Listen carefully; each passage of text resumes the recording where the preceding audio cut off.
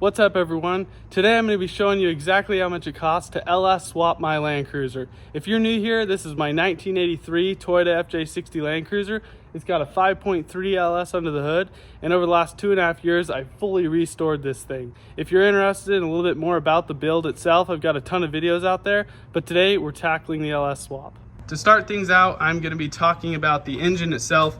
Obviously you can source these in a lot of different places, but I'm going to be talking about where I bought it, what it costs, that sort of thing. So this is a 2005 Gen 3 5.3 LS. It had about 130,000 miles on it. I bought it off of eBay, and it did come with the 4L60E transmission. The cost on that was $3,200, and I ended up having that transmission rebuilt. The longer I got down the road, I realized that that transmission was bad, and I pull a 1983 Mastercraft ski boat with this thing, and I want to make sure that it was solid and I didn't have to worry about it. So that does include labor, but that transmission rebuild was $2,100. The next thing is the computer system. So I decided to go with the Holley Terminator X Max. So the computer itself is in the jockey box right in there, and then I've got the handheld here. Tells me everything I need to know. It's pretty sweet. I would highly recommend that, especially if you don't know what you're doing like me. I was pretty clueless, didn't know how to wire anything like that. The engine did come with the stock ECU all cut up with the original harness and fuse box, but after looking at that, I knew I did not have the skills or experience to tackle that. So I did go with the Holley Terminator X Max.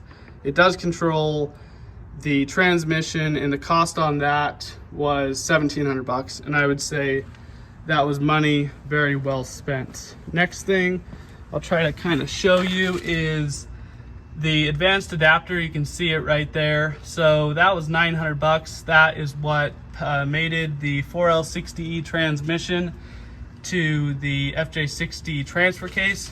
That was actually a pretty simple deal.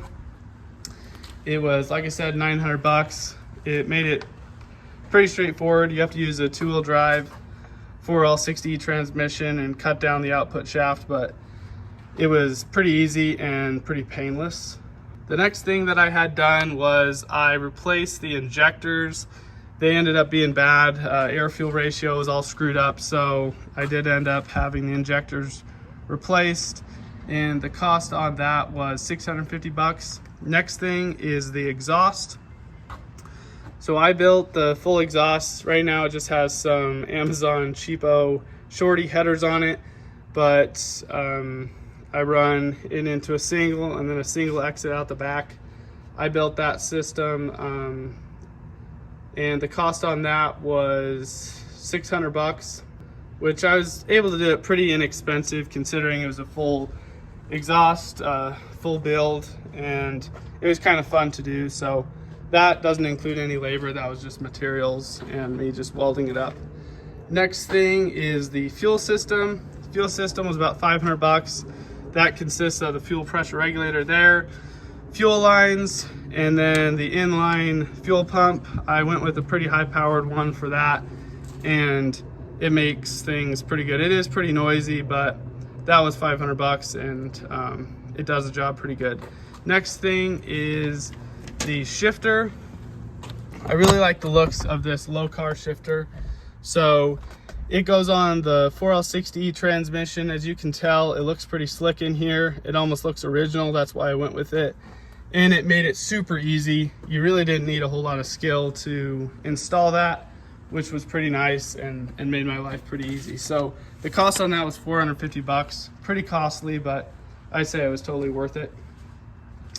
Next thing is sensors. So I had to add a couple sensors, the main one being fuel pressure sensor right there on the fuel rail. So the cost on that sensor along with a couple others was 300 bucks. Intake was about 150 bucks. Motor mounts, I went with the Cruiser Matte motor mounts. The cost on those were 250 bucks, but they made it super easy, super simple and pretty sweet. Another thing that I did do was I put an FJ80 steering box on this thing, and now it steers like an absolute dream with the LS steering pump. It's actually awesome, but the cost on that I think was about 300 bucks, but that really doesn't have anything to do with the LS swap. And then I also had to add a starter relay, because if you're doing this swap, you will quickly realize that the original Toyota starter relay will be insufficient to start the LS and the LS starter. So I did have to add this relay. The cost on that relay was 50 bucks, but I just ran a wire from the battery to that, and then the original signal wire to that. That way it fires up the LS every time, and it gets it enough volts, enough amps to crank it. I don't have to worry about it at all. Fires up every time, super nice. One other thing is this aluminum radiator. This was actually came with the Cruiser when I bought it, so I'm not certain on the cost on these, so you probably would have to get one of these, but this does the job just fine. It stays cool. I may add some electric fans in the future, but for right now, it's doing just fine. Well, that basically covers all the costs. One other thing that is important to note is that I was able to sell the Toyota 2F engine with the 4-speed manual transmission that was in this thing when I bought it. I sold that for 1,200 bucks, so I was able to recoup some costs with that. And all said and done, I'd say you need to be ready to spend $10,000 at least. I mean, you could definitely do it for cheaper if you got a lot of experience, if you got a lot of resources. It can be done for cheaper, but for me, I did about 99% of this work myself. Granted, I didn't know what I was doing, so I ran into some issues. Obviously, the transmission was a big expense that I probably could have avoided without some of the mistakes that I made.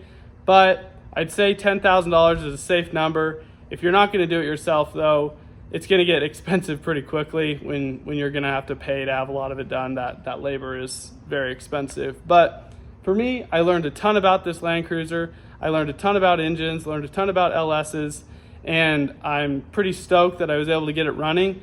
And now I'm daily driving this thing, and it hasn't given me any grief, which has been pretty sweet. And I totally encourage you to take on a project like this if you just want to learn, because I learned so much, and I'm pretty fortunate that I had the privilege of doing the swap to this thing. But I'm super happy with it. This thing is awesome. People give me crap because it's not a Toyota engine. You can't put a GM in a Toyota, but every day I start it up and I drive this thing. I love it. I wouldn't be driving it as much as I do now if it didn't have an LS in it. So thanks for watching. If you want to see more videos like this one, check out my channel. I've got a ton of stuff on the FJ60. I'm starting an FJ40 project right now, keeping the Toyota engine. So for you purists, you should be happy with that. But check out some of my other stuff, and thanks for watching.